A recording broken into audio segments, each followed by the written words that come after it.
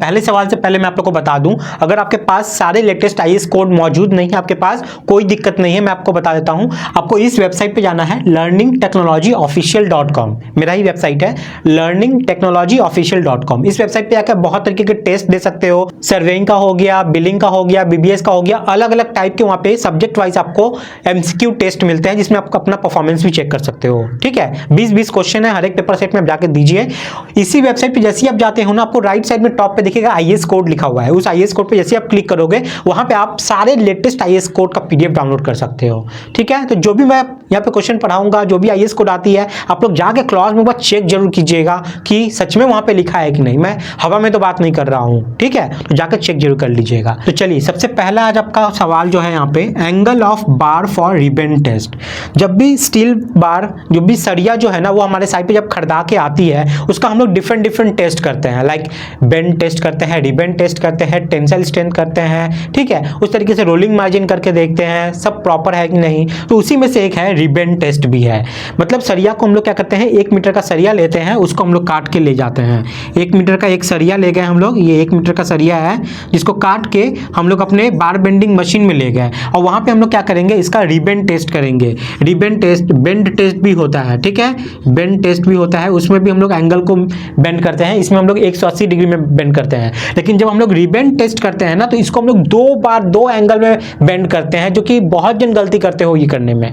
सबसे पहले ये जो 1 मीटर का सरिया है, इसको आपको बार बेंडिंग मशीन में ले जाना है और इसको आपको 135 डिग्री पे बेंड करना है। ठीक है, 135 डिग्री पे बेंड करना है। तो सबसे पहला प्रोसीजर क्या हो गया, 135 डिग्री। आपको इंटरव्यू में यही जवाब देना है, सबसे पहले आपको 135 डिग्री पे बेंड करना है। उसके बाद एक सर्टेन पीरियड के लिए उसको गर्म होने के लिए हम लोग उसको छोड़ देते हैं। पानी का जो बॉइलिंग पॉइंट है, बॉइलिंग टेम्परेचर, वो 100 डिग्री सेल्सियस रहना चाहिए उस वक्त। फिर सर्टेन पीरियड के बाद हम लोग उस बार को क्या करते हैं, वहां से हम लोग निकाल लेते हैं, उसको वापस से हम लोग बार बेंडिंग मशीन में लाते हैं।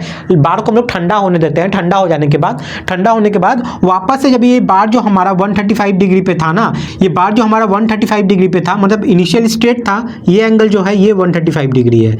अब क्या होता है, ये बार को हम लोग को ले जाना पड़ता है 157.5 डिग्री पे। यानी कि ये बार पहले सीधा था, सीधा करके हम लोग पहले क्या किए, ऐसे करके ये 135 डिग्री किए।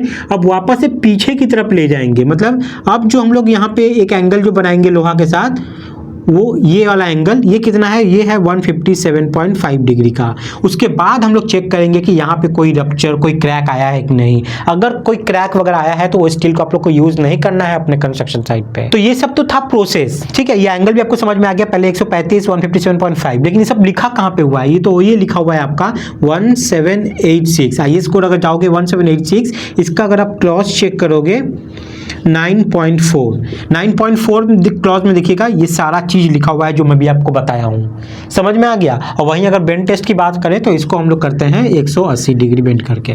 समझ आ गया। लेकिन इसमें वो गर्म पानी वाला प्रोसेस वगैरह वो सब कुछ नहीं है। अगर आपको बेंडिंग टेस्ट के बारे में, बेंड टेस्ट, रिबन टेस्ट के बारे में डिटेल में नॉलेज चाहिए, आईएएस कोड में ले जाके हर एक पॉइंट, हर एक प्रोसीजर जानना है, तो आप जाके यूट्यूब पे सर्च कीजिए ribbon test, bend test by learning civil technology. Channel का नाम जरूर लिखिएगा। जैसे आप ये लिखोगे ना, आपको वो वीडियो सबसे ऊपर आके मिल जाएगा। वो वीडियो जाके देखो, आपको बहुत ज्यादा पसंद आएगा, मैं गारंटी लेता हूं इस बात की। और आपका बहुत कॉन्सेप्ट जो है वहां पे से क्लियर हो जाएगा। तो ये आपका एक सवाल हो गया angle of bar for bend test से लेके। उम्मीद करते हैं आपको क्लियर हुआ है। चलिए, इसका स्क्रीनशॉट लेना तो ले लीजिए।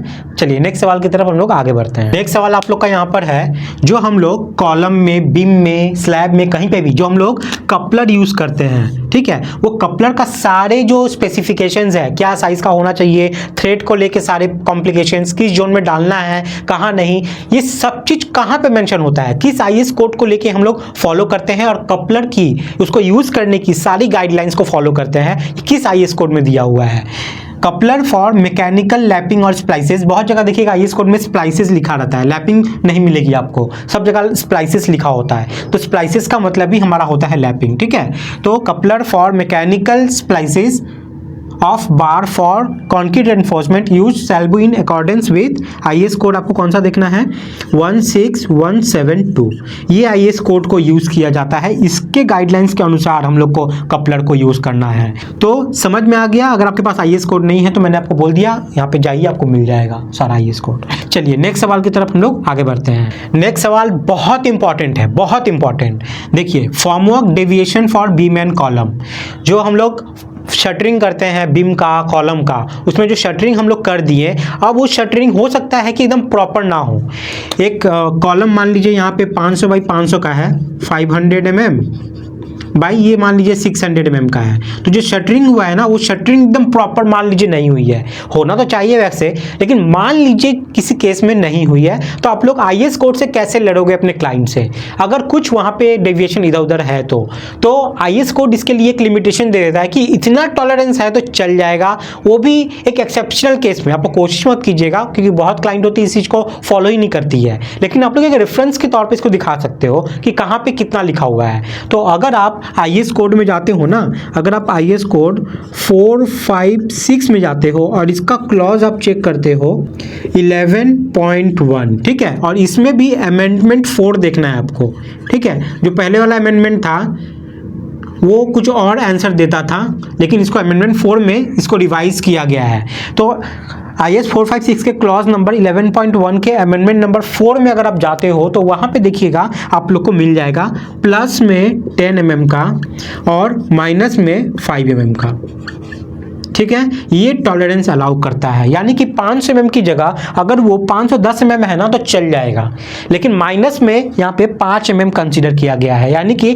500 की जगह -5 करो तो 495 mm रहेगा, तो वहाँ तक आपको छूट मिलेगी। 5 mm का टॉलरेंस आपको मिलता है, लेकिन उससे कम रहेगा तो नहीं होगा, आपको ठीक करना पड़ेगा खोल के उसको। अगर बोर्ड गलत काट दिया तो वो बोर्ड हटाओ, नया बोर्ड लाकर सही काट के लगाओ। समझ में आ गया? 10 mm ज़्यादा कर दिए हो तो कोई दिक्कत नहीं है, वो मान जाएंगे आईएस कोड, लेकिन कम में 5 mm ही सिर्फ यहाँ पे माना जाता है। पहले वैल्यू कुछ और था, लेकिन अमेंडमेंट 4 में इसको चेंज कर दिया गया है। तो अब आपको याद रखना है IS 456 क्लॉज 11.1 का अमेंडमेंट 4 में ये वैल्यू, ठीक है, ये टॉलरेंस आपको रखना होगा। कब? फॉर्मवर्क या शटरिंग के दौरान। किसका? बीम और कॉलम का। समझ में आ गया?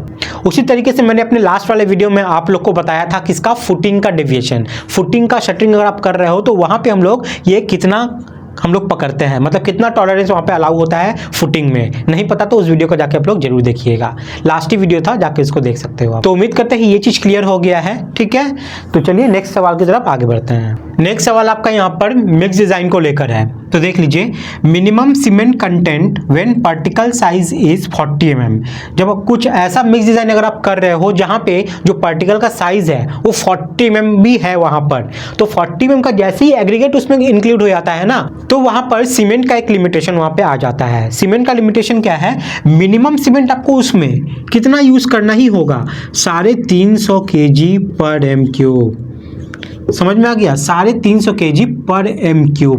पर m3 में आपको 350 kg मिनिमम वो तो यूज़ करना ही है, इससे आप कम नहीं कर पाओगे। आप सोचते हो कि एडमिक्सचर डाल के पानी कम करके सीमेंट को कटा देंगे, वो सब कर देंगे, तो नहीं चलेगा। मिनिमम आपको 350 kg पर m3 तो लेना ही होगा, अगर आप उसमें जो एग्रीगेट यूज़ कर रहे हो वो 40 mm का यूज़ कर रहे हो तो, ठीक है। तो ये मिनिमम है हमारा। और ये कहाँ पर लिखा हुआ है? ये IS कोड अगर आप जाओगे 456 का, अगर आप क्लॉज चेक करोगे 14.2.2 14.2.2 अगर आप चेक करते हो ये क्लॉज IS 456 का, तो वहाँ पे देखिएगा ये लिखा हुआ है minimum cement content when particle size is 40 mm you should have to use 350 kg पर m3 ऑफ सीमेंट।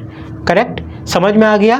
चलिए नेक्स्ट सवाल की तरफ हम लोग आगे बढ़ते हैं। नेक्स्ट सवाल बहुत बेसिक है लेकिन बहुत इंपॉर्टेंट है और बहुत बार पूछा जाता है इंटरव्यू में। ये क्या है? ये आपके कवर ब्लॉक से रिलेटेड है। जो कवर ब्लॉक हम लोग साइट में यूज करते हैं, स्लैब में, बीम में, कॉलम में, ठीक है। तो उसी कवर ब्लॉक का साइज में, डायमेंशन में क्या टॉलरेंस अलाउ है IS कोड के अनुसार। मतलब मान लीजिए कॉलम में हमारा कितना का हम लोग देते हैं कवर? 40 mm का देते हैं, बीम में 30 का देते हैं, मतलब वो डिपेंड करता है आपके किस जोन में है, मॉडरेट में है, सीवियर में है, वेरी सीवियर में है, माइल्ड जो जोन होती है वहाँ पे, ठीक है। तो मान लेते हैं 40 mm कवर हम लोग कॉलम में प्रोवाइड करना था, लेकिन किसी कारणवश हमारा कवर जो है वो थोड़ा पतला बन गया या थोड़ा मोटा बन गया। पतला बन गया तो पता है इसको क्या बोलता है कि वो कवर ब्लॉक हटाओ, वहाँ से उतना पक्का लेके आओ, क्योंकि टॉलरेंस जो है वो टॉलरेंस क्या बोलती है? +10 mm और माइनस में ना 0 mm। समझ में आ गया? मतलब वो अगर आपका कवर जो है 40 की जगह 50 हो जाएगा ना तो वो IS कोड मान लेगा, 51 होगा तो नहीं मानेगा। क्योंकि 10 से ज़्यादा नहीं मानेगा, उसके अंदर रहना चाहिए, ठीक है। तो 40 से 50 तक तो मानेगा, लेकिन 40 से अगर 1 mm भी अगर आपका कम है तो आईएस कोड नहीं मानता है, आपको हटाना पड़ेगा, उसको प्रॉपर सही करना पड़ेगा। समझ में आ गया? तो माइनस में 0 mm हो गया, प्लस में कितना ज़्यादा होगा तो चल जाएगा, प्लस 10 mm का कवर जो है वो चल जाता है। ये कहाँ पे लिखा हुआ है? ये आईएस कोड में लिखा हुआ है। कौन सा आईएस कोड में? 456 में। ये आईएस कोड आपका 456 में लिखा हुआ है। और 456 का कौन से क्लॉज में लिखा हुआ है? कौन से क्लॉज में? ये 12.3.2 में जाइएगा तो वहाँ पे लिखा हुआ है, ठीक है। इस क्लॉज में जाके अभी चेक कीजिए, देखिए ये लिखा है कि नहीं। अगर आप लोग पुराना आईएस कोड चेक कर रहे हो सकता है वहाँ पे नहीं भी मिले, कुछ आपको वहाँ पे बैक टॉलरेंस मिल जाएगा, लेकिन जो लेटेस्ट अमेंडमेंट होकर मिली हुई है ना, उसमें आपको ये देखना है, ये लिखा हुआ होगा।